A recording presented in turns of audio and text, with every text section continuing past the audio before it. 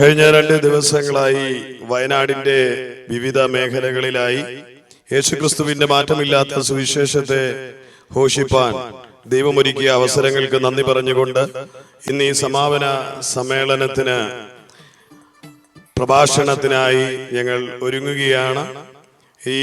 ഇങ്ങനെയൊരു മീറ്റിംഗ് ഈ വയനാടിന്റെ പ്രദേശത്ത് ക്രമീകരിക്കുവാൻ ഞങ്ങളെ സഹായിച്ചത് ജോനേഷാണ്.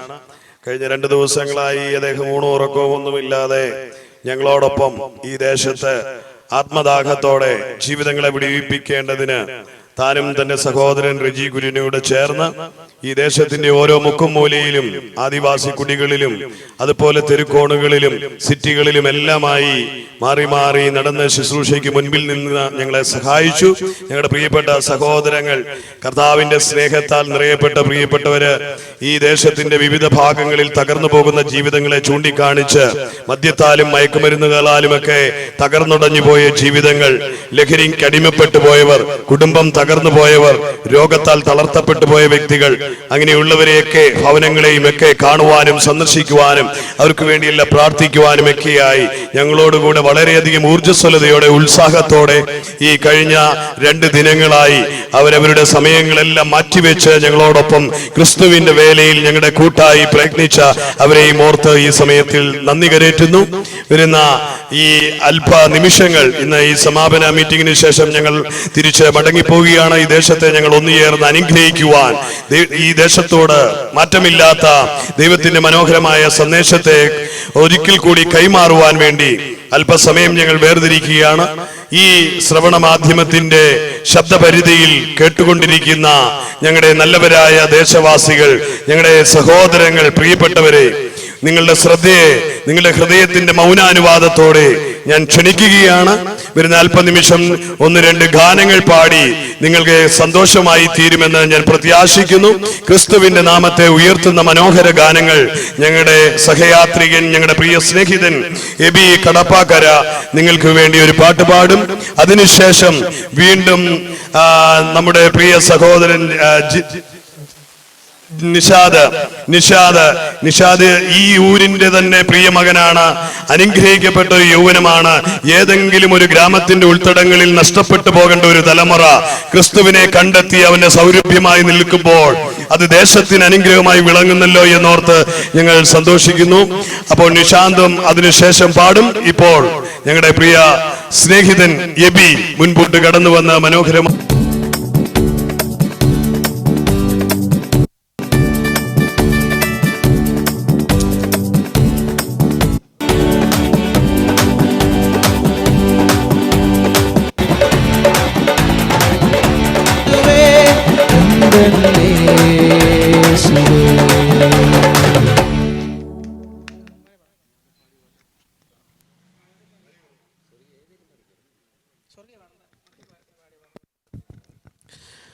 അനുഗ്രഹിക്കപ്പെട്ട മറ്റൊരു ഗാനം ഞങ്ങളുടെ പ്രിയ സഹോദരൻ നിഷാന്ത് ഇപ്പോൾ ആലപിക്കും.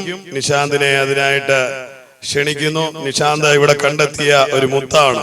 അനുഗ്രഹിക്കപ്പെട്ട ഞങ്ങളുടെ ഹൃദയത്തെ തൊട്ടുണർത്തിയ ഒരു കുഞ്ഞാണ്.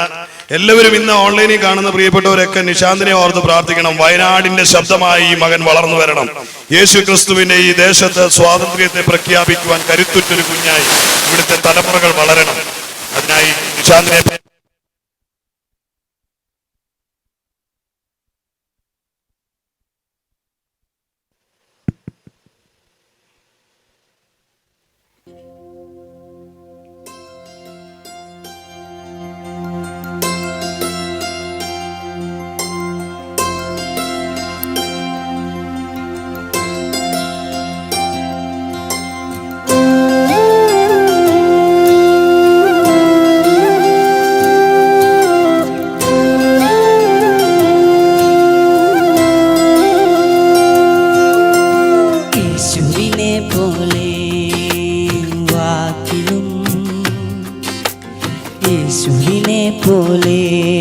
പ്രവൃത്തിയിലും യേശുവിനെ പോലെ വാക്കിലും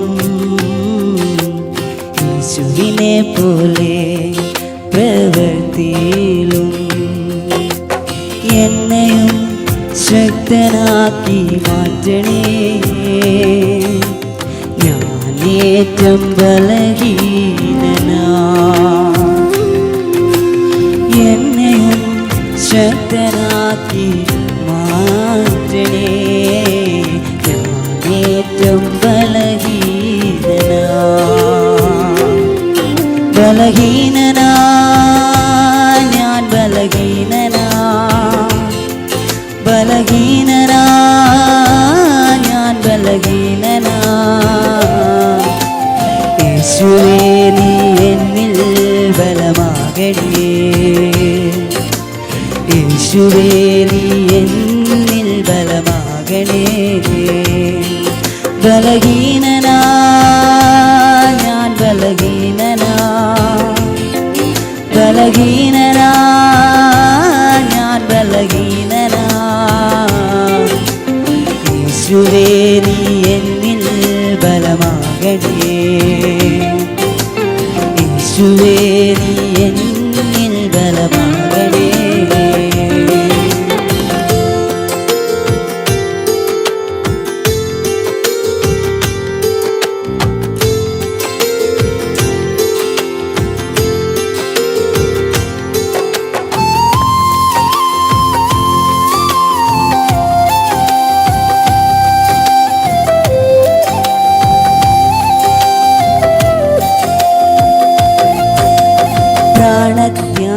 പ്രാണത്യാഗത്തോളം പാപത്തോടെതുപ്പാൻ, പ്രാണത്യാഗത്തോളം പാപത്തോടെതുപ്പാൻ പ്രാണി എന്നിൽ ഒട്ടുമില്ലെന്നേശുവേ. ദൈവാത്മാവിനോട് വ്യാജം ചെയ്തിടാൻ, ദൈവാത്മാവിനോട് വ്യാജം ചെയ്തിടാൻ അയ്യോ എനിക്കിടയാകല്ലേ. ഒരു നാളും ഇടയാകല്ലേ. യേശുവേ ഒരു നാളും ഇടയാകല്ലേ. ബലഹീനനാ, ഞാൻ ബലഹീനനാ, ബലഹീനനാ, ഞാൻ ബലഹീനനാ. യേശുവേ നീ എന്നിൽ ബലമാകണേ. യേശുവേ നീ എന്നിൽ ബലമാകണേ.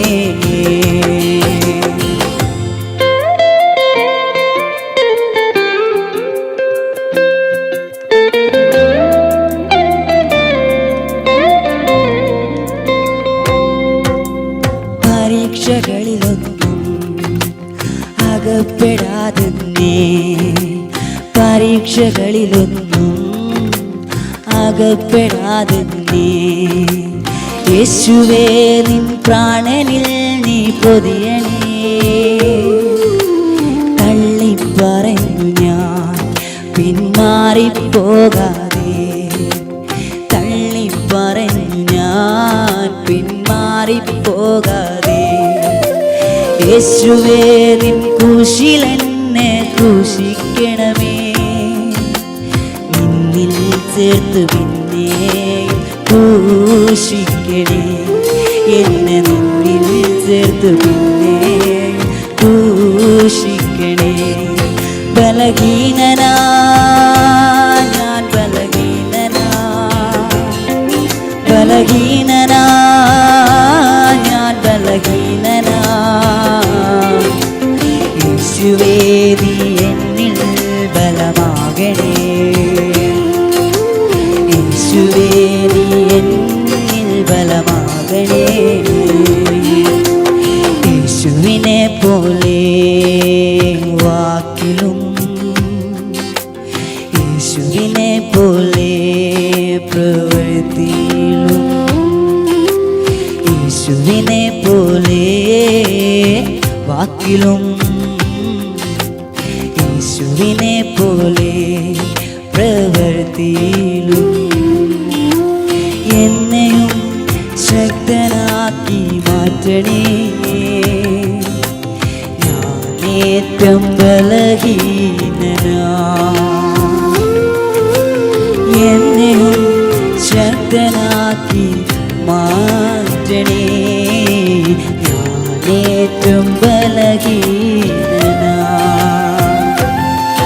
ബലഹീനനാ ഞാൻ ബലഹീനനാ ബലഹീനനാ ഞാൻ ബലഹീനനാ യേശുവേ നീ എന്നിൽ ബലമാകണേ യേശുവേ നീ എന്നിൽ ബലമാകണേ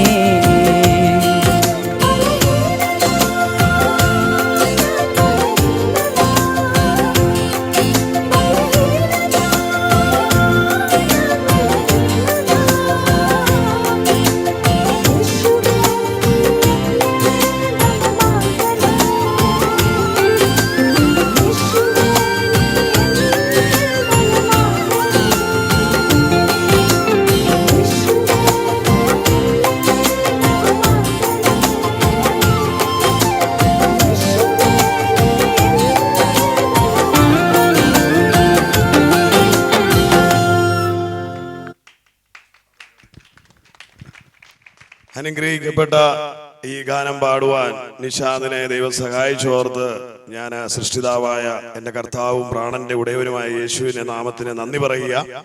പ്രിയ സഹോദരങ്ങളെ, ഞങ്ങൾ ഇന്ന് ഇവിടുത്തെ മീറ്റിംഗ് കഴിഞ്ഞ് തിരിച്ചു മടങ്ങുകയാണ്. ചാനൽ 1 കാണുന്ന എൻ്റെ പ്രിയ കുടുംബാംഗങ്ങളോട് ഞാൻ ഈ നിഷാന്തിനെ പരിചയപ്പെടുത്തുന്നതിൽ എനിക്ക് വലിയ അഭിമാനമുണ്ട്. ഈ ആദിവാസി ഊരിൽ പൊലിഞ്ഞു പോകേണ്ട ഒരു ജീവിതമാണ്. തന്റെ പിതാവ് നഷ്ടപ്പെട്ടു പോയി. തങ്ങൾ 3 പേരേ ഉള്ളൂ. കിടക്കാൻ ഒരു കിടപ്പാടയില്ല, സ്ഥലമില്ല സ്വന്തമായി. തന്റെ പഠനങ്ങൾ വളരെ ബുദ്ധിമുട്ടിലാണ്. അതിന്റെ എല്ലാം നടുവിൽ യേശുവിന്റെ സ്നേഹം അവനെ തേടി വന്നത് നിമിത്തം അവൻ ഇന്ന് ജീവനോടിരിക്കുന്നത്. അതുകൊണ്ട് എൻ്റെ പ്രിയ ഫോളോവേഴ്സ് ആയിട്ട് ഇത് കണ്ടുകൊണ്ടിരിക്കുന്ന പ്രിയ സഹോദരങ്ങളോട്, നമ്മളെല്ലാം ജീവിതത്തിന്റെ സുഖസമൃദ്ധിയിൽ കഴിയുന്നവരാണ്.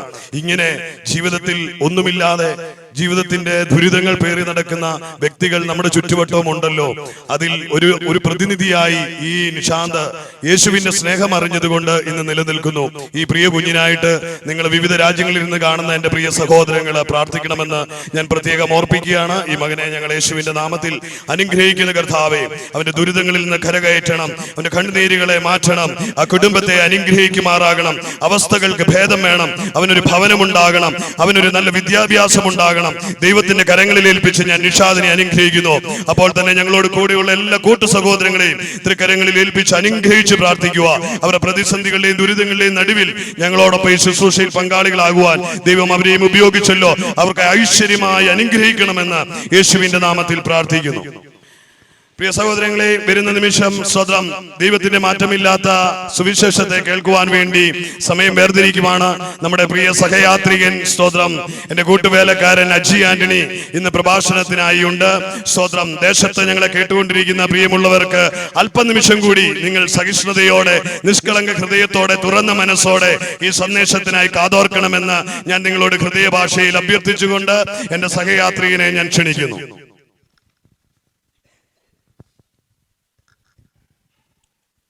ഈ ശബ്ദപരിധിയിൽ വീടുകൾക്കുള്ളിലും മറ്റ് പല സ്ഥലങ്ങളിലും ഈ ശാന്തമായ അന്തരീക്ഷത്തിൽ ഞങ്ങളെ ശ്രമിച്ചുകൊണ്ടിരിക്കുന്ന ബഹുമാനമുള്ള എല്ലാ ദേശനിവാസികൾക്കും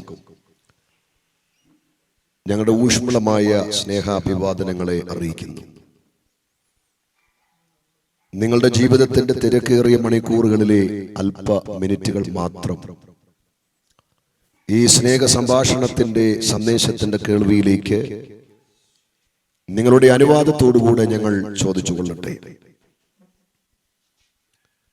കഴിഞ്ഞ പ്രഭാതത്തിൽ നിന്നും കോട്ടയത്തു നിന്നും യാത്ര തിരിച്ച് ഞങ്ങൾക്ക് ഈ വയനാടിന്റെ മണ്ണിലെത്തുവാൻ സർവശക്തനായ ദൈവം കൃപ ചെയ്തു.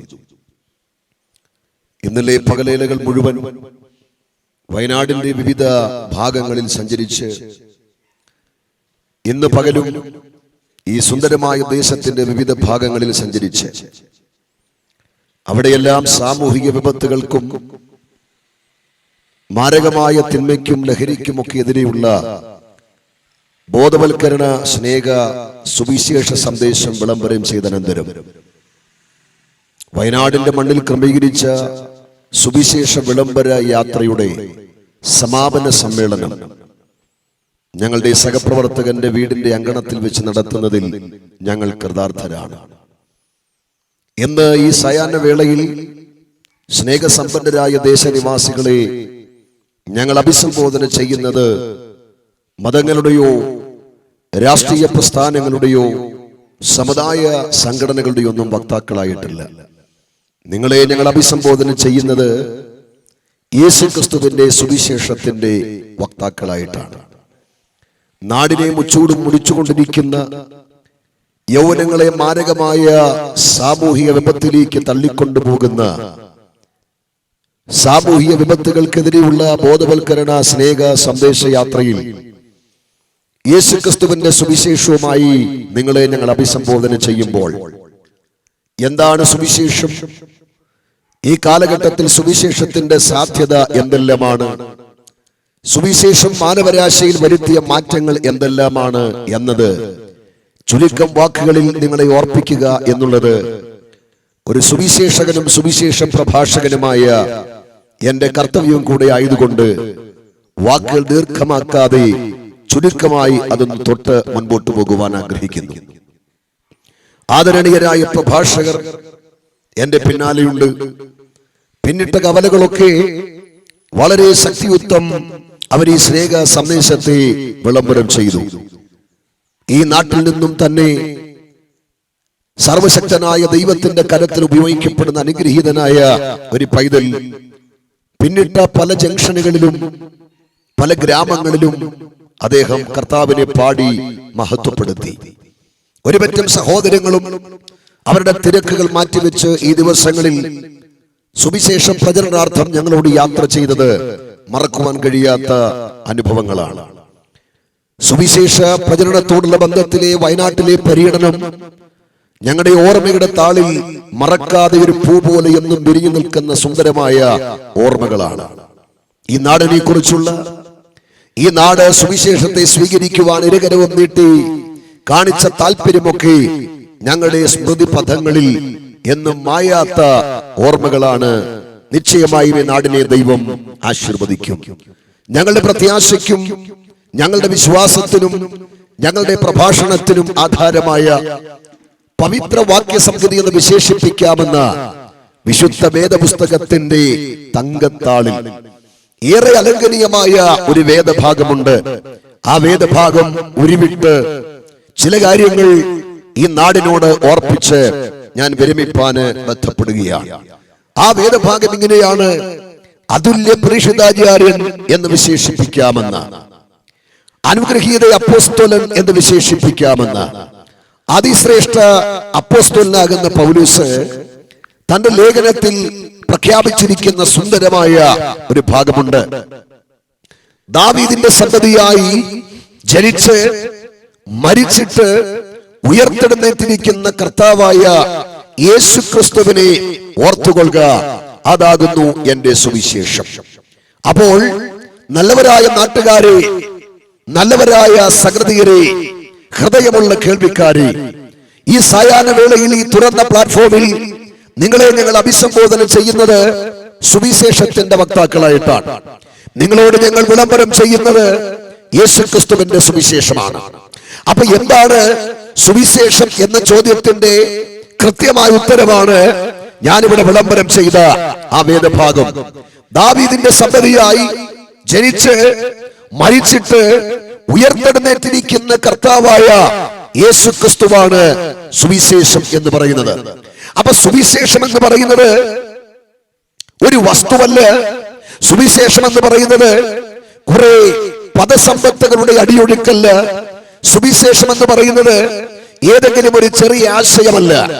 സുവിശേഷം എന്ന് പറയുന്നത് കർത്താവായ യേശുക്രിസ്തുവാണ്. സുവിശേഷം എന്ന് പറയുന്നത് കർത്താവായ യേശുക്രിസ്തുവാണെങ്കിൽ ആ ക്രിസ്തുവിൽ അടങ്ങിയിരിക്കുന്ന അതിപ്രധാനമായ 3 കാര്യങ്ങൾ സുവിശേഷത്തിന്റെ ഉൾക്കാമ്പായി, സുവിശേഷത്തിന്റെ കടഞ്ഞെടുത്ത സത്താവിശേഷമായി നമുക്ക് ഉയർത്തി കാണിക്കാൻ കഴിയും. അതെന്തൊക്കെയാണ് സഹോദരരെ? അത് യേശുക്രിസ്തുവിന്റെ ജനനമാണ്, തീരുന്നില്ല. യേശുക്രിസ്തുവിന്റെ മരണമാണ്, അവിടെയും തീരുന്നില്ല. യേശുക്രിസ്തുവിന്റെ ഉയർത്തെഴുന്നേൽപ്പാണ്. അതാണ് പൗലോസിലേക്ക് ഓർപ്പിക്കുന്നത്. ദാവീദിന്റെ സന്തതിയായി ജനിച്ച് മരിച്ച് ഉയർത്തെഴുന്നേറ്റിരിക്കുന്ന കർത്താവായ യേശു ക്രിസ്തുവിനെ ഓർക്കുന്നതാണ്, പ്രചരിപ്പിക്കുന്നതാണ്, പ്രസംഗിക്കുന്നതാണ് സുവിശേഷം. സുഹൃത്തുക്കളെ, ക്രിസ്തുവിന്റെ ജനനം മാത്രം പറഞ്ഞാൽ അവിടെ സുവിശേഷം പൂർണ്ണമാകണമെന്നില്ല. ക്രിസ്തുവിന്റെ മരണം മാത്രം ആഘോഷിക്കുന്ന ഇടത്ത് സുവിശേഷം പൂർണ്ണമാകണമെന്നില്ല. ക്രിസ്തുവിന്റെ ഉയർത്തെഴുന്നേൽപ്പ് മാത്രം പ്രസംഗിക്കുന്ന ഇടത്ത് സുവിശേഷം പൂർണ്ണമാകണമെന്നില്ല. അവിടുത്തെ ജനനവും അവിടുത്തെ മരണവും അവിടുത്തെ ഉയർത്തെഴുന്നേൽപ്പും ഒന്നിക്കുന്ന ഇടത്താണ് സുവിശേഷം പൂർണ്ണമാകുന്നത്. അപ്പോൾ പരിമിതങ്ങളായ മിനിറ്റുകൾക്കകത്ത് നിന്നുകൊണ്ട് സുവിശേഷം എന്ന ആ പ്രമേയത്തിൽ നിന്നുകൊണ്ട് 3 കാര്യം എനിക്ക് ഉച്ചൈസ്വരം പ്രഖ്യാപിക്കാനുണ്ട്. 1, ക്രിസ്തുവിന്റെ ജനനം. 2, ക്രിസ്തുവിന്റെ മരണം. 3, ക്രിസ്തുവിന്റെ ഉയർത്തെഴുന്നേൽപ്പ്. യേശു ക്രിസ്തുവിനെ കുറിച്ച് അറിവില്ലാത്ത മാലോകരില്ല. ഒന്നുകൂടെ പറഞ്ഞാൽ, ആരാണ് ക്രിസ്തു? എന്റെ ഒരു പ്രിയ സ്നേഹിതന്റെ വാക്കുകളെടുത്ത് പറഞ്ഞാൽ, അനുകരിപ്പാനും അംഗീകരിപ്പാനും അനുധാവനം ചെയ്യുവാനും ആരാധിപ്പാനും കൊള്ളാവുന്ന അതിശ്രേഷ്ഠനായ വ്യക്തിപ്രഭാവമാണ് ഞങ്ങൾ ഉയർത്തുന്ന കർത്താവായ യേശു ക്രിസ്തു. അവനെ അംഗീകരിക്കാത്തവരും അവനെ കുറിച്ച് പ്രസംഗിക്കുന്നു, അവനെ അംഗീകരിക്കുന്നവരും അവനെ കുറിച്ച് പ്രസംഗിക്കുന്നു. അവനെ വിശ്വസിക്കാത്തവരും അവനെ കുറിച്ച് പ്രസംഗിക്കുന്നു, അവനെ വിശ്വസിക്കുന്നവരും അവനെ കുറിച്ച് പ്രസംഗിക്കുന്നു. അവനെ കുറിച്ച് കാര്യമായി കേട്ടിട്ടില്ലാത്തവർ അവനെ കുറിച്ച് പ്രസംഗിക്കുന്നു, അവനേക്കായി കാര്യമായി അറിവുള്ളവർ അവനെ കുറിച്ച് പ്രസംഗിക്കുന്നു.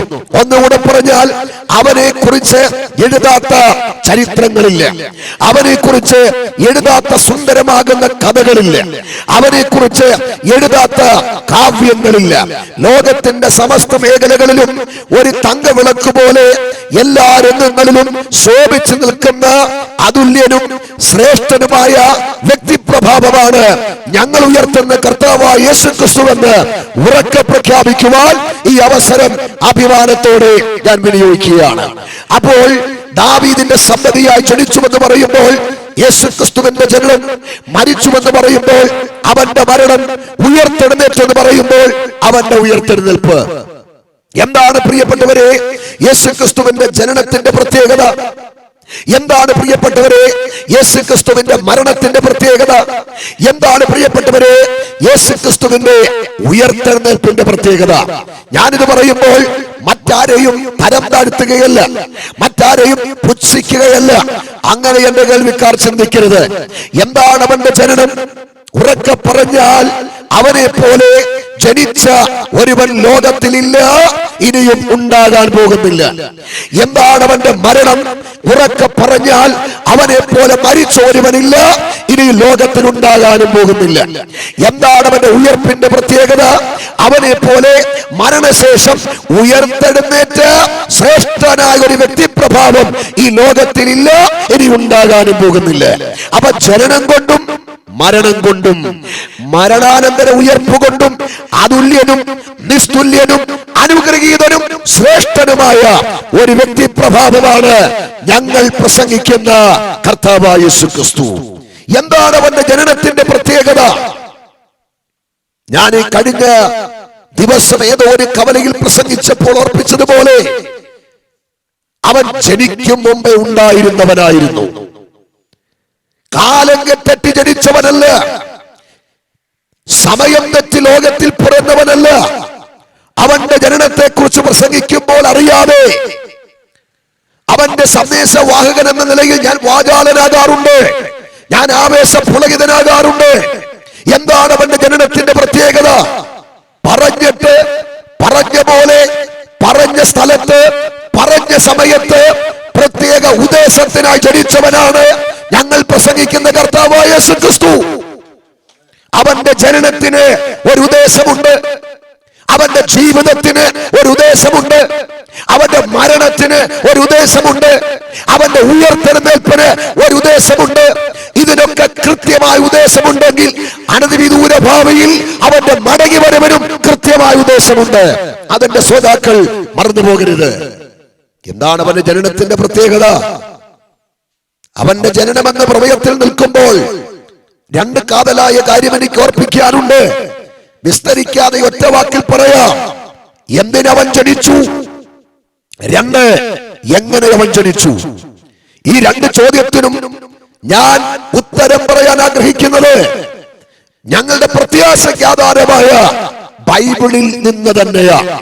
യേശുക്രിസ്തുവിനെ കുറിച്ച് പ്രസംഗിക്കുവാൻ പറ്റിയ മതിയായ ഒരു ഗ്രന്ഥമുണ്ടെങ്കിൽ അത് വിശുദ്ധ വേദപുസ്തകം മാത്രമാണ്. ഇവിടെ ചരിത്ര ഗ്രന്ഥങ്ങൾ, സാഹിത്യ ഗ്രന്ഥങ്ങൾ, നിരവധി പുസ്തകങ്ങൾ കോടിക്കണക്കിന് എഴുത്തുകാരാൽ ഉടലെടുത്തിട്ടുണ്ടായിട്ടുണ്ട്. പക്ഷേ ലോകൈക രക്ഷിതാവാകുന്ന യേശുക്രിസ്തുവിനെ കുറിച്ച് കൃത്യമായി പ്രസംഗിക്കുവാൻ പര്യാപ്തമായ ഒരു പുസ്തകമുണ്ടെങ്കിൽ അത് വിശുദ്ധ ബൈബിൾ മാത്രമാണ്. ബൈബിളിന്റെ സത്താവിശേഷം എന്ന് പറയുന്നത് കർത്താവായ യേശുക്രിസ്തുവാണ്. അപ്പൊ യേശുക്രിസ്തു എന്തിനു ജനിച്ചു? ചരിത്രത്തോട് ചോദിച്ചാൽ ഉത്തരം കിട്ടണമെന്നില്ല, സാഹിത്യ ഗ്രന്ഥങ്ങളോട് ചോദിച്ചാൽ ഉത്തരം കിട്ടണമെന്നില്ല. വേദപുസ്തകത്തോട് ചോദിക്കേ, വേദപുസ്തകം ഉത്തരം തരും. രണ്ട് മഹൽ വചനങ്ങളുണ്ട്, അതിലൊന്ന് ഞാൻ പറയാം. മനുഷ്യരുടെ പാപങ്ങളിൽ നിന്നും അവരെ രക്ഷിപ്പാൻ കർത്താവായ യേശുക്രിസ്തു ലോകത്തിൽ വന്നു എന്നുള്ളത് വിശ്വാസ്യവും എല്ലാവരും അംഗീകരിപ്പാൻ യോഗ്യമായ വചനം തന്നെ.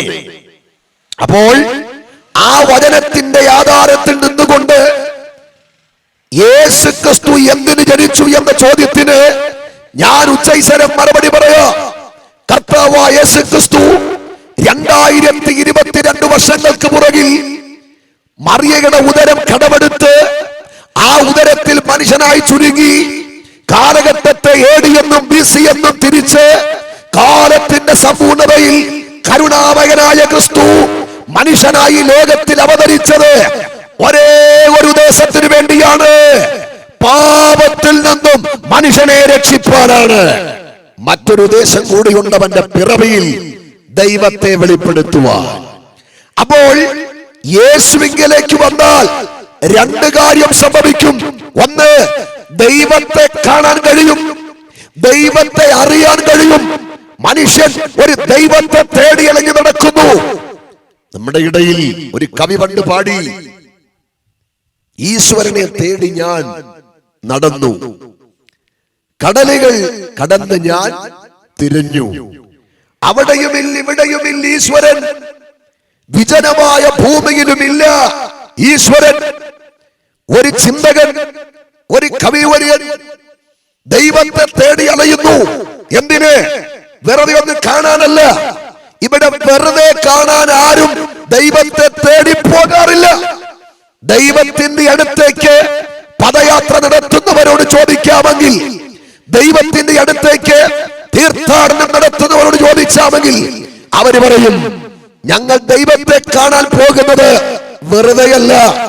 ഓരോരുത്തരും ദൈവത്തെ കാണാൻ ദൈവങ്ങളുടെ അടുത്തേക്ക് പോകുന്നത് അവരുടെ പ്രശ്നത്തിന്റെ പരിഹാരത്തിനായിരിക്കാം, അവരുടെ ദോഷം മാറാനായിരിക്കാം, അവരുടെ ശാപം മാറാനായിരിക്കാം, അവരുടെ പാപം മാറാനായിരിക്കാം, അവരുടെ കടം മാറാനായിരിക്കാം, അവരുടെ പ്രതിസന്ധികൾ മാറാനായിരിക്കാം, അവർക്ക് മോചനം ലഭിക്കാനായിരിക്കാം. ഓരോരുത്തരും ദൈവത്തെ സമീപിക്കുന്നത് വ്യത്യസ്തമായ ഉദ്ദേശത്തോടു കൂടിയ, അല്ലാതെ ആരും ദൈവത്തെ ഒന്ന് കണ്ടുകളയാം എന്ന ചിന്തയിൽ ആരും ദൈവത്തിന്റെ അരികിലേക്ക് പോകാറില്ല. ഞങ്ങൾ പ്രസംഗിക്കുന്ന കർത്താവായ യേശുക്രിസ്തു മഹത്വം വെടിഞ്ഞു മാനവാകാരം സ്വീകരിച്ച് മനുഷ്യനായി ലോകത്തിൽ അവതരിച്ചത് ദൈവത്തെ വെളിപ്പെടുത്താനാണ്. ഏത് ദൈവം? താൻ മാത്രം അമർത്യതയുള്ള, അടുത്തുകൂടാത്ത വെളിച്ചത്തിൽ വസിക്കുന്ന, ആരും കണ്ടിട്ടില്ലാത്ത, മനുഷ്യർക്കാർക്കും ഒരു നാളും കാണാൻ കഴിയാത്ത, സർവവ്യാപിയും സർവശക്തനുമായ ജഗദീശ്വരനെ, ദൈവത്തെ വെളിപ്പെടുത്തുവാനാണ് കർത്താവായ യേശുക്രിസ്തു ഈ ലോകത്തിൽ വന്നത്. അതുകൊണ്ടല്ലേ പാലസ്തീന്റെ ഈറൻ ചൂടിയ പച്ചമണ്ണിൽ പാദഭൂമി തന്നെ അനുഗമിക്കുന്ന ജനകോടികളോട് മാറത്ത് തട്ടി ക്രിസ്തു പ്രഖ്യാപിച്ചത്, എന്നെ കണ്ടവൻ എന്റെ പിതാവിനെ കണ്ടിരിക്കുന്നു. അതുകൊണ്ട് ഇന്ന് രാത്രി പ്രശ്ന പരിഹാരങ്ങൾക്ക്, രോഗസൗഖ്യത്തിന്, ജീവിതത്തിന്റെ പ്രതിസന്ധികളിൽ നിന്നും ഒരു മോചനത്തിന് അവനിവിടെ നാനാ കോണുകളിലും ഒരു സത്യദൈവത്തെ തേടി അലയുന്ന ഏതെങ്കിലും സത്യാന്വേഷി ദൈവകക്ഷികൾ ഈ ശബ്ദപരിധിയിൽ ഞങ്ങളെ ശ്രമിക്കുന്നുവെങ്കിൽ നിന്റെ സകല പ്രശ്നങ്ങൾക്കും ശാശ്വതമായ പരിഹാരം തരുവാൻ കരുത്തുള്ള ഒരേ ഒരു ദൈവത്തെ ഇന്ന് പകൽ ഞങ്ങൾ പരിചയപ്പെടുത്താം. ആ ദൈവം കർത്താവായ യേശുക്രിസ്തുവാണ്. അതുകൊണ്ട് ക്രിസ്തുവിലേക്ക് അടുത്തു വരിക, ദൈവത്തിന്റെ പരിപൂർണത ക്രിസ്തുവിൽ തിരിച്ചറിയുക. അപ്പോൾ അവിടുന്ന് ലോകത്തിൽ ജനിച്ചത് ദൈവത്തെ വെളിപ്പെടുത്തുവാൻ, അവിടുന്ന് ലോകത്തിൽ ജനിച്ചത് മനുഷ്യന്റെ പാപത്തെ പരിഹരിക്കുവാൻ.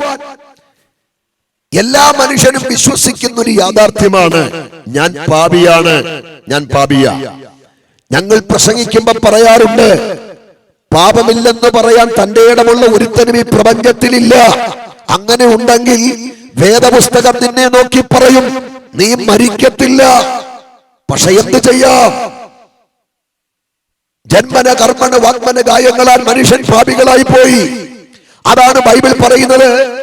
ഒരു വ്യത്യാസവുമില്ല, സകലരും പാപം ചെയ്ത് ദൈവതേജസ് നഷ്ടപ്പെടുത്തി. അപ്പൊ ഈശ്വര വിശ്വാസം ഉള്ളിൽ തുടികൊണ്ടുന്ന സകല മാനവരും ഒരുപോലെ തുറന്ന് സമ്മതിക്കുന്ന പച്ചയായ യാഥാർത്ഥ്യമാണ്, ഞാൻ പാപിയാണ്.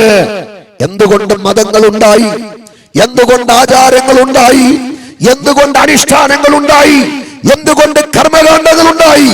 മനുഷ്യന്റെ സ്വസ്ഥതയ്ക്കും മനുഷ്യന്റെ പാപമോചനത്തിനും മനുഷ്യൻ ആശ്രയിച്ച ഓരോരോ തട്ടകങ്ങളാണ്, ഇടങ്ങളാണ്, മേഖലകളാണ് അതൊക്കെ. അതുകൊണ്ട് ഈ ശബ്ദപരിധിയിൽ ഞങ്ങളെ ശ്രമിക്കുന്ന ബഹുമാനമുള്ള സ്നേഹമുള്ള വാത്സല്യ മിത്രങ്ങളെ, ഞങ്ങൾ പരസ്യമായി പ്രസംഗിക്കുന്ന കർത്താവായ യേശുക്രിസ്തു ഈ ലോകത്തിൽ അവതാരം ചെയ്തത് ദൈവത്തെ വെളിപ്പെടുത്തുവാനും പാപത്തിൽ നിന്നും മനുഷ്യരെ രക്ഷിക്കുവാനുമാണ്. അതുകൊണ്ട് പാപഭാരത്താൽ വലയുന്ന ആരെങ്കിലും ഞങ്ങളെ ശ്രമിക്കുന്നുവെങ്കിൽ കർമ്മകാണ്ഡങ്ങളോ അനുഷ്ഠാനങ്ങളോ ആചാരങ്ങളോ വ്യർത്ഥമായ അബദ്ധജടിലമായ ശാരീരിക ബന്ധപ്പാടുകളോ ദണ്ഡനങ്ങളോ ഒന്നും വേണ്ട. നിങ്ങളുടെ പാപത്തെ സൗജന്യമായി പരിഹരിക്കുവാൻ ഞങ്ങൾ പ്രസംഗിക്കുന്ന കർത്താവായ യേശുക്രിസ്തു മതിയായ രക്ഷകനാണ്. കഴിഞ്ഞ ജംഗ്ഷനുകളില് എന്റെ സ്നേഹിതൻ മനോദർ ഓർപ്പിച്ചതുപോലെ, നിങ്ങളുടെ പാപം എത്ര കടുംചുമപ്പാണെങ്കിലും അതിനെ ഹിമം പോലെ വെണ്മയാക്കുവാൻ ഞങ്ങൾ പ്രസംഗിക്കുന്ന യേശുക്രിസ്തുവിന് കഴിയും. അതുകൊണ്ട് ദൈവത്തെ അറിയാൻ വഴി യേശുക്രിസ്തു, പ്രശ്നങ്ങൾക്ക് പരിഹാരമുണ്ടാകാൻ വഴി യേശുക്രിസ്തു, പാപത്തിന് മോചനം ലഭിക്കുവാൻ വഴി യേശുക്രിസ്തു. അവിടുന്ന് ലോകത്തിൽ ജനിച്ചത്, വന്നത്, അവതരിച്ചത് ദൈവത്തെ വെളിപ്പെടുത്താനും പാപത്തിൽ നിന്നും മനുഷ്യനെ രക്ഷിപ്പാനുമാണ്. അടുത്തത് ദാവീദിന്റെ സന്തതിയാ ജനിക്കുക മാത്രമല്ല, മരിച്ചു. അപ്പൊ യേശുക്രിസ്തു ലോകത്തിൽ ജനിച്ചിട്ട് അവൻ മരിച്ചു. ലോകത്ത് ആകമാനം ഏറ്റവും അധികം ഭാഷകളിൽ പ്രസംഗിക്കപ്പെടുന്ന ഒരു വിഷയമാണ് യേശുക്രിസ്തുവിന്റെ മരണം. ഇവിടെ പലരും മരിച്ചിട്ടുണ്ടെങ്കിലും ലോകത്തിന് ഏറ്റവും അധികം ലാഭമുണ്ടാക്കി കൊടുത്ത, എണ്ണമറ്റ ജനകോടികൾക്ക് മോശമുണ്ടാക്കി കൊടുത്ത ഒരു മരണമുണ്ടെങ്കിൽ അത് ഞങ്ങൾ പ്രസംഗിക്കുന്ന യേശുക്രിസ്തുവിന്റെ മരണമാണ്. അതുകൊണ്ടാണ് പൗലോസ്ലീഹ പറയുന്നത്, ഞങ്ങളോ ക്രൂശിക്കപ്പെട്ട ക്രിസ്തുവിനെ പ്രസംഗിക്കുന്നു. യേശുക്രിസ്തുവിന്റെ മരണത്തെ കുറിച്ച് നിരവധി ദുർവ്യാഖ്യാനങ്ങളുണ്ട്. ആളുകൾ അതിനെ വികലമാക്കാൻ ശ്രമിക്കുന്നുണ്ട്. അതൊക്കെ അവരുടെ അറിവുകേടാണെന്ന് മാത്രമേ ഞങ്ങൾക്ക് പറയാൻ കഴിയൂ. ഞങ്ങൾ പറയട്ടെ, ഞങ്ങൾ പ്രസംഗിക്കുന്ന യേശുക്രിസ്തു അവന്റെ മരണം ആത്മഹത്യയോ കൊലപാതകമോ അപകട മരണമോ അല്ല. യേശുക്രിസ്തുവിന്റെ മരണം ഏൽപ്പിച്ചു കൊടുത്ത ഒരു പരമയാഗമായിരുന്നു. ഞാനത് വിശദീകരിക്കുന്നില്ല. പ്രിയരേ, യേശുക്രിസ്തു കാൽവറിയിൽ മരിച്ചത്, ക്രൂശ് മരണമെന്ന വിഷയത്തെ കുറിച്ച് ചിന്തിച്ചാൽ ഭീകരമായ കുറ്റം ചെയ്യുന്ന കുറ്റവാളിക്ക് കൊടുക്കുന്ന മൃഗീയമായ ശിക്ഷയാണ് ക്രൂശിലെ മരണമെങ്കിൽ, ക്രൂശ് മരണം ഏറ്റെടുക്കത്തക്ക നിലയിൽ, അനുഭവിക്കത്തക്ക നിലയിൽ മാരകമായ ഒരു കുറ്റവും യേശുക്രിസ്തു ചെയ്തിട്ടില്ല. അവൻ നീതിമാനാണ്, സത്യസന്ധനാണ്, പരിശുദ്ധനാണ്, വിശുദ്ധനാണ്. അവനെ പോലെ പോലെ വിശുദ്ധനും പരിശുദ്ധനുമായ ഒരു വ്യക്തി പ്രഭാവം ലോകത്തിൽ ഉണ്ടായിട്ടില്ല. അപ്പൊ കർത്താവായ യേശു ക്രിസ്തു ക്രൂശിൽ മരിച്ചത് മാനവരാശിയുടെ പാപത്തിന്റെ പരിഹാരത്തിന് വേണ്ടിയാണ്. അതുകൊണ്ട് നീ ഏത് വിഭാഗത്തിൽപ്പെട്ട വ്യക്തിയാണെങ്കിലും യേശു ക്രിസ്തുവിന്റെ ക്രൂശ് മരണം ആചരിക്കുകയല്ല വേണ്ടിയത്, ആഘോഷിക്കുകയല്ല വേണ്ടിയത്. ക്രൂശും തോളിൽ വെച്ചുകൊണ്ട് ബദ്ധപ്പാടുകൾ സഹിച്ച് അവന്റെ ക്രൂശ് മരണം ആചരിച്ചത് കൊണ്ട് പാപമോചനം ലഭിക്കണമെന്നില്ല. അവന്റെ ക്രൂശ് മരണത്തിൽ വിശ്വസിക്കുന്നവർക്ക് ഈ സന്ധ്യയിൽ പാപമോചനമുണ്ട്. യേശുവേ, നീ മരിച്ചത് എനിക്ക് വേണ്ടി, നീ ക്രൂശിൽ യാഗമായത് എന്റെ പാപത്തിന്റെ മോചനത്തിന് വേണ്ടി. നിന്റെ ക്രൂശിലെ മരണം എന്റെ പാപത്തിന്റെ പരിഹാര യാഗമായി ഞാൻ വിശ്വസിക്കുന്നു എന്ന് ഹൃദയം കൊണ്ട് വിശ്വസിച്ച് ഏറ്റെടുക്കുമ്പോൾ അവന്റെ മരണം നിനക്ക് അനുഗ്രഹമായി മാറുകയാ, നിനക്ക് നിത്യജീവനായി മാറുകയാണ്, നിനക്ക് ലാഭമായി, സന്തോഷമായി, അനുഗ്രഹമായി മാറുകയാണ്. ദാവീദിന്റെ സന്തതിയായി ജനിച്ച് മനുകുലത്തിന്റെ പാപത്തിന്റെ പരിഹാരത്തിന് വേണ്ടി മരിച്ച് കല്ലറയിൽ അടക്കപ്പെട്ട ക്രിസ്തു മരണം കൊണ്ടും കല്ലറ കൊണ്ടും അസ്തമിച്ചില്ല. അവിടുന്ന് മൂന്നാം ദിവസം ഉയർത്തെഴുന്നേറ്റു. ഞങ്ങളുടെ ഇടയിൽ ഒരു പാട്ടുണ്ട്, ഉലക മഹാന്മാരകിലരും ഒരുപോലെ കല്ലറയിൽ ഉറങ്ങുമ്പോൾ മരണത്തെ ജയിച്ച് ഉയരത്തിൽ ജീവിക്കുന്ന ഒരുവൻ മാത്രമേ ഉള്ളൂ, അത് കർത്താവായ യേശു ക്രിസ്തുവാണ്. കഴിഞ്ഞ കവലിയിൽ എന്റെ സ്നേഹിതനെ പ്രസംഗിച്ചപ്പോൾ ഇപ്രകാരം ഓർപ്പിച്ചു, ലോകത്തിലെ സകല മഹാന്മാരുടെ കല്ലറകളും ഇന്നും പായൽ മൂടി അടഞ്ഞു കിടക്കുമ്പോൾ ലോകത്തിൽ തുറന്നു കിടക്കുന്ന ഒറ്റ കല്ലറയുള്ളൂ, അതേ യേശു ക്രിസ്തുവിന്റെ കല്ലറയാണ്. യെരുശലേമിന്റെ മലർന്ന മാർവിടത്തിൽ ഒരു കല്ലറ തുറന്നു കിടപ്പുണ്ട്. ആ തുറന്ന കല്ലറയുടെ വാതിലിൽ ഒരു വാക്കെഴുതി വെച്ചിട്ടുണ്ട്, അവർ ഇവിടെ ഇല്ല. സകല കല്ലറകളിലും അവർ ജനിച്ച ദിവസവും അവർ മരിച്ച ദിവസവും ഡേറ്റ് സഹിതം എഴുതി വെക്കുമ്പോൾ അവരിവിടെ ഇല്ല എന്നെഴുതി വെച്ച ഒരു കല്ലറയുണ്ടെങ്കിൽ അത് യേശുവിന്റെ കല്ലറയാണ്. അവൻ മരണത്തെ ജയിച്ച് ഉയർത്തെഴുന്നേറ്റ് സ്വർഗത്തിലേക്ക് പോയപ്പോൾ വെറുതെയല്ല പറഞ്ഞത് പോയത്, തന്നെ അനുഗമിക്കുന്ന ജനകോടികളോട് പൊള്ളയായ വാഗ്ദത്തം പറഞ്ഞിട്ടല്ല പോയത്, സംഭവിക്കാൻ സാധ്യതയുള്ള വാഗ്ദത്തങ്ങളിൽ ഒന്ന് പറഞ്ഞിട്ടാണ് അവൾ ഇവിടുന്ന് പോയത്. ഞാൻ പോകുകയാണ്, നിങ്ങൾക്ക് സ്ഥലമൊരുക്കാൻ പോകുന്നു. എന്നിൽ വിശ്വസിച്ച് എന്നെ സ്വീകരിച്ച് എന്നെ ദൈവമായി ആരാധിച്ച് എന്നിലൂടെയുള്ള രക്ഷ പ്രാപിച്ച് എന്നെ അനുഗമിക്കുന്ന ജനകോടികളെ, ഞാൻ നിങ്ങൾക്ക് സ്ഥലമൊരുക്കാൻ പോകുന്നു. ഞാൻ നിങ്ങളെ അനാഥരായി വിടുകയില്ല. ഞാൻ നിങ്ങളുടെ അടുക്കൽ വരും. ഞാൻ നിങ്ങൾക്ക് സ്ഥലമൊരുക്കാൻ പോകുന്നു. ഞാൻ പോയി സ്ഥലമൊരുക്കിയ ശേഷം ഞാൻ ഇരിക്കുന്ന ഇടത്ത് എന്നോടുകൂടെ നിങ്ങളെ വരുത്തേണ്ടതിന് പോയതുപോലെ നിങ്ങളെ ചേർക്കുവാൻ വീണ്ടും വരും. സഹോദരരെ, ക്രിസ്തു ലോകത്തിൽ വന്നത് പാപത്തിൽ നിന്നും മനുഷ്യനെ മോചിക്കുവാനാണെങ്കിൽ, ക്രിസ്തു കാൽവറിയിൽ മരിച്ചത് മനുഷ്യന്റെ പാപത്തിന്റെ പരിഹാരത്തിന് വേണ്ടിയാണെങ്കിൽ, അവന്റെ കാൽവറിയിലെ ബലിമരണത്തിലൂടെ വിശ്വസിച്ച് അവനെ ഏറ്റെടുത്ത് അവന്റെ മക്കളായി തീർന്ന അവന്റെ വാത്സല്യ നിധികളായ പ്രിയരെ ചേർക്കുവാൻ യേശു ക്രിസ്തു വേഗം വരും. ലോക സംഭവങ്ങൾ മുഴുവൻ വിരൽ ചൂണ്ടുന്നു അത് യേശു ക്രിസ്തുവിന്റെ പുനരാഗമനത്തിലേക്ക്. ഞങ്ങൾ ഇവിടെ വാചാലരാകുന്നത്, നിങ്ങൾ ഞങ്ങളുടെ സഹോദരങ്ങളാണ്. നിങ്ങൾ ഞങ്ങളുടെ ശത്രുക്കളല്ല, നിങ്ങൾ ഞങ്ങളുടെ സഹോദരങ്ങളാണ്. നിങ്ങൾ ദൈവത്തിന്റെ സൃഷ്ടികളാണ്. സകല മനുഷ്യരും ദൈവത്തിന്റെ സൃഷ്ടിയാണ്. മനുഷ്യനാണ് അതിര് കെട്ടിയത്, മനുഷ്യനാണ് വർഗങ്ങളെ തിരിച്ചത്, മനുഷ്യനാണ് വർണ്ണങ്ങളെ തിരിച്ചത്, മനുഷ്യനാണ് ജാതികളെ തിരിച്ചത്, മനുഷ്യനാണ് മതത്തിന്റെ വേലിക്കെട്ടുമൊക്കെ ഉണ്ടാക്കിയത്. ദൈവത്തിന് മതമില്ല, ദൈവത്തിന് ജാതിയില്ല, ദൈവത്തിന് വർഗവർണ്ണമില്ല, ദൈവത്തിന് ഭാഷാ വ്യത്യാസമില്ല. ദൈവമേകനാണ്, അവന്റെ മക്കളുമേകനാണ്. നാം എല്ലാം ദൈവത്തിന്റെ ദാനങ്ങളാണ്, നാം എല്ലാം ദൈവസൃഷ്ടികളാണ്. അപ്പോൾ നിങ്ങളുടെ അകത്തുള്ള ആത്മാവ് മുഴു ലോകത്തേക്കാൾ വിലയുള്ളതാണ്. നിങ്ങളും ഞങ്ങളുടെ സഹോദരങ്ങളാണ്. അതുകൊണ്ട് നിങ്ങളുടെ ആത്മാക്കൾ നരകത്തിൽ പോകാതിരിക്കേണ്ടിയതിനാണ് ഈ സന്ദേശം നിങ്ങളോട് ഞങ്ങൾ കൈമാറുന്നത്.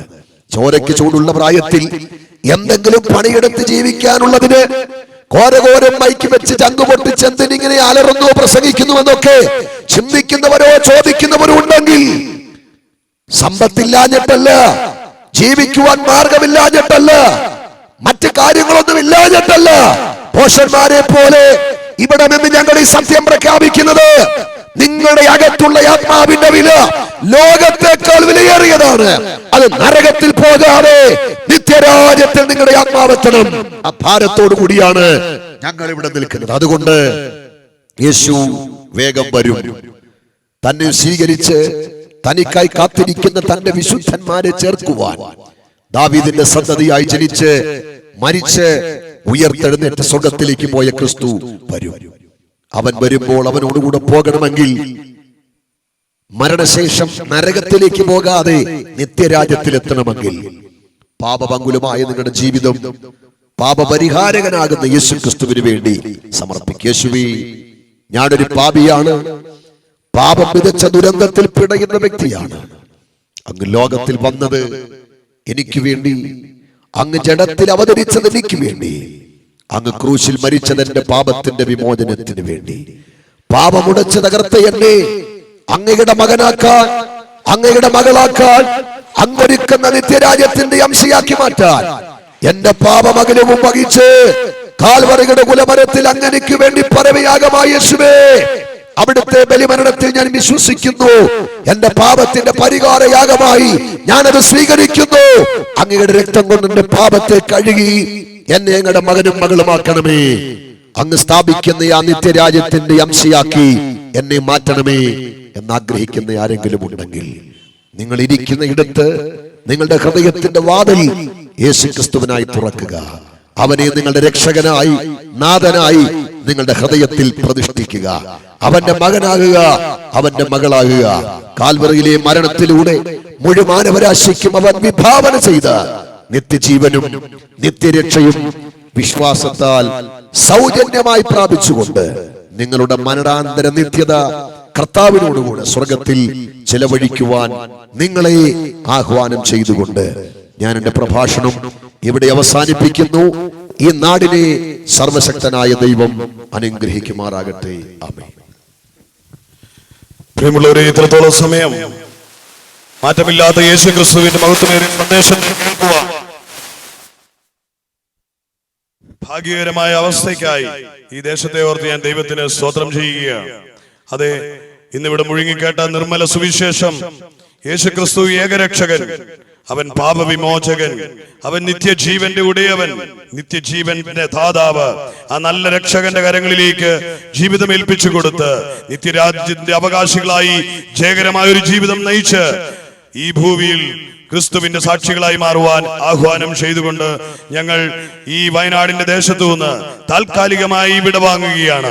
വീണ്ടും ഈ ദേശത്ത് വരുവാനും ഈ ദേശത്തോട് മാറ്റമില്ലാത്ത സന്ദേശം അറിയിക്കുവാനും ഹൃദയപൂർവ്വം കർത്താവ് ആയുസ്സും ആരോഗ്യവും തരുന്നുവെങ്കിൽ ഞങ്ങൾ അത് ആഗ്രഹിക്കുക തന്നെ ചെയ്യുന്നു.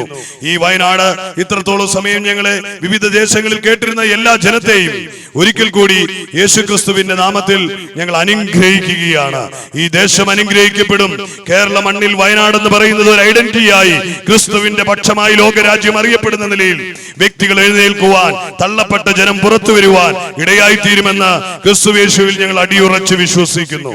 ആകയാൽ ഇന്ന് ഞങ്ങളുടെ വാക്കുകൾ പരിമിതപ്പെടുത്തി പ്രാർത്ഥിച്ച് ഞങ്ങൾ ഈ ദേശത്തു നിന്ന് വിടവാങ്ങുവാൻ ആഗ്രഹിക്കുവാണ്. ആരെങ്കിലും ഇന്ന് നിങ്ങൾക്ക് വേണ്ടി പ്രാർത്ഥിക്കണമെന്ന് ആഗ്രഹിക്കുന്നുവെങ്കിൽ മുൻപോട്ട് കടന്നു വന്നാൽ നിങ്ങൾക്ക് വേണ്ടി പ്രാർത്ഥിക്കാം. ഭവനങ്ങളിൽ വന്ന് പ്രാർത്ഥിക്കണമെങ്കിൽ അതിന് ഞങ്ങൾ തയ്യാറാണ്. ഈ വരുന്ന നിമിഷങ്ങൾ അതിനായി മാറ്റിവെക്കുന്നു. ഈ ദേശത്ത് ഞങ്ങളെ ക്ഷണിച്ചതും ഇതിന് മുഖാന്തരമായി തീർന്ന പ്രിയ ജനേഷ് നിങ്ങളോട് സ്തോത്രം രണ്ട് വാക്ക് പറയും. ഞങ്ങൾക്ക് അദ്ദേഹത്തോടുള്ള നന്ദിയും ഈ ദേശത്തോടുള്ള കടപ്പാടുകളും ഒരിക്കൽ കൂടി ഓർപ്പിച്ചുകൊണ്ട് ഞാൻ അദ്ദേഹത്തിന് മൈക്കുമാറുന്നു. അദ്ദേഹം നിങ്ങളോട് ഓർപ്പിച്ച് പ്രാർത്ഥിച്ച് ആശീർവാദം പറയും.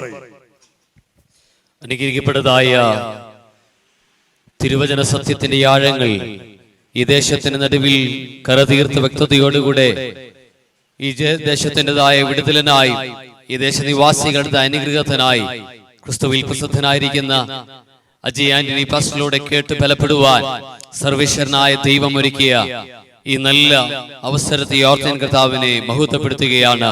വയനാടിനെ സ്നേഹിച്ച്, ഈ ദേശത്തിലെ ജനങ്ങളെ സ്നേഹിച്ച്, ഈ ദേശത്തിൻ്റെതായ ഉദ്ധാരണത്തിനും അനുഗ്രഹത്തിനായി പ്രാർത്ഥിച്ച്, ഈ ദേശത്തിന് നടുവിൽ രക്ഷ പ്രാപിക്കുവാനുള്ളതായി ഏക വഴി, ഏക സത്യം, ഏക മാർഗമായിരിക്കുന്ന ക്രിസ്തുവിനെ ഉയർത്തുവാൻ കർത്താവിൽ വിലപ്പെട്ട അഭിഷക്തന്മാർ ഈ ദേശത്തിനോട് കാണിച്ചതായി എല്ലാ സ്നേഹത്തിനായി ക്രിസ്തുയേശുവിന്റെ നാമത്തിൽ, പ്രത്യേകിച്ച് ഈ ദേശനിവാസിയായിരിക്കുന്ന ആമേൻ ഞങ്ങളുടെ പേരിൽ ഞങ്ങൾ അറിയിക്കുന്നു. കർത്താവിൽ പ്രസിദ്ധരായിരിക്കുന്ന ആന്റണി പാസ്റ്ററോട്, മനു എബ്രഹാം പാസ്റ്ററിനോട്, അതുപോലെ മനോജ് പാസ്റ്ററിനോട്, എബി പാസ്റ്ററിനോടുള്ളതായ നന്ദിയും സ്നേഹത്തെയും അറിയിക്കുന്നു. നിങ്ങൾ ഈ ദേശത്ത് വിതച്ചിട്ടത് കിളിർക്കുന്ന ആമേൻ ഫലം ആലയിൽ പുറപ്പെടുവിക്കുന്ന അനവധി ജീവിതങ്ങൾക്ക് ഉദ്ധാരണം, അനവധി കുടുംബങ്ങൾക്ക് സമാധാനം, അനേക ജീവിതങ്ങളിൽ ഇതുവരെയും അടഞ്ഞു കിടന്നതായ ആമേൻ ഇരുൾ മൂടിക്കിടന്നതായ സാധ്യതകൾ മങ്ങിപ്പോയതായ കടഭാരങ്ങളാൽ മൂടി നിറഞ്ഞതായ ജീവിതത്തിൻ്റെതായ എല്ലാ ആശകളും അറ്റുപോയെടുത്ത് ഒരു അധ്യായം കുറിക്കുവാൻ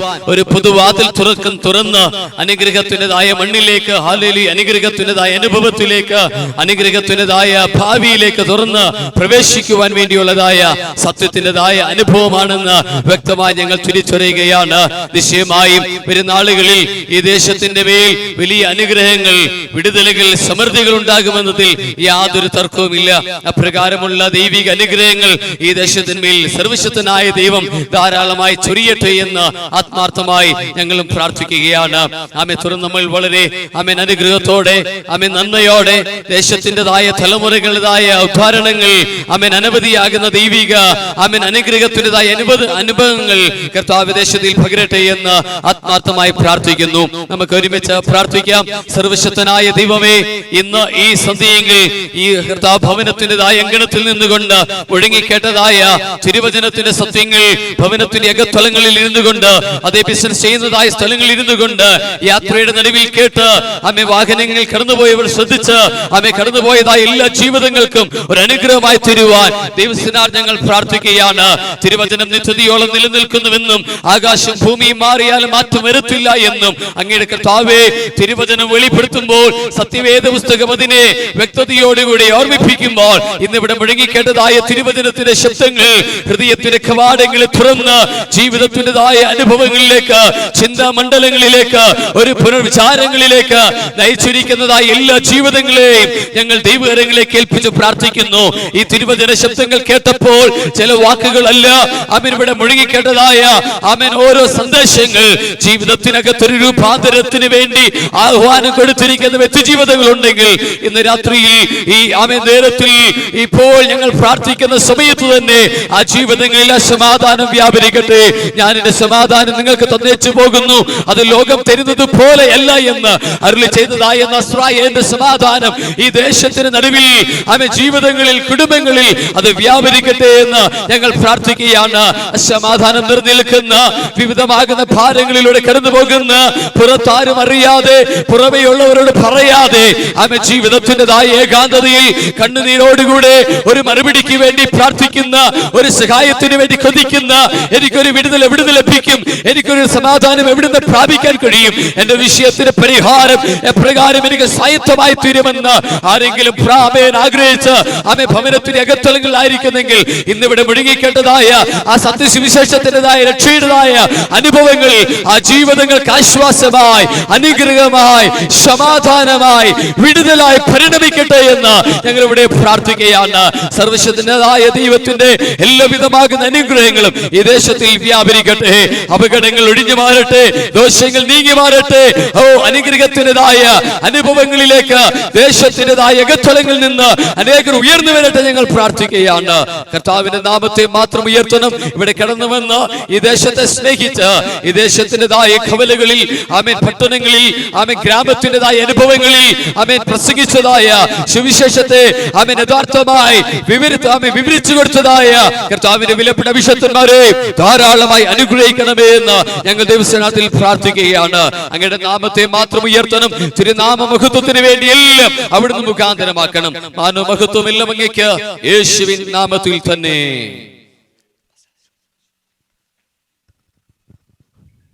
പിതാവാം ദൈവത്തിന്റെ സ്നേഹവും പുത്രനാം യേശുക്രിസ്തുവിന്റെ കൃപയും വീഴാതെ നിരന്തരം ആശ്വസിപ്പിച്ച് വഴി നടത്തുന്ന പരിശുദ്ധാത്മാവിന്റെ എല്ലാ അനുഗ്രഹങ്ങളും ഈ നാടിനോടും നമ്മോടും യേശുക്രിസ്തുവിന്റെ പുനരാഗമനത്തോളം ഉണ്ടായിരിക്കുമാറാകട്ടെ. ആമേൻ. നമ്മുടെ കരങ്ങൾ ഉയർത്തി കർത്താവിനെ മഹത്വപ്പെടുത്താം. ഹല്ലേലൂയ, ഹല്ലേലൂയ, ഹല്ലേലൂയ. ആമേൻ.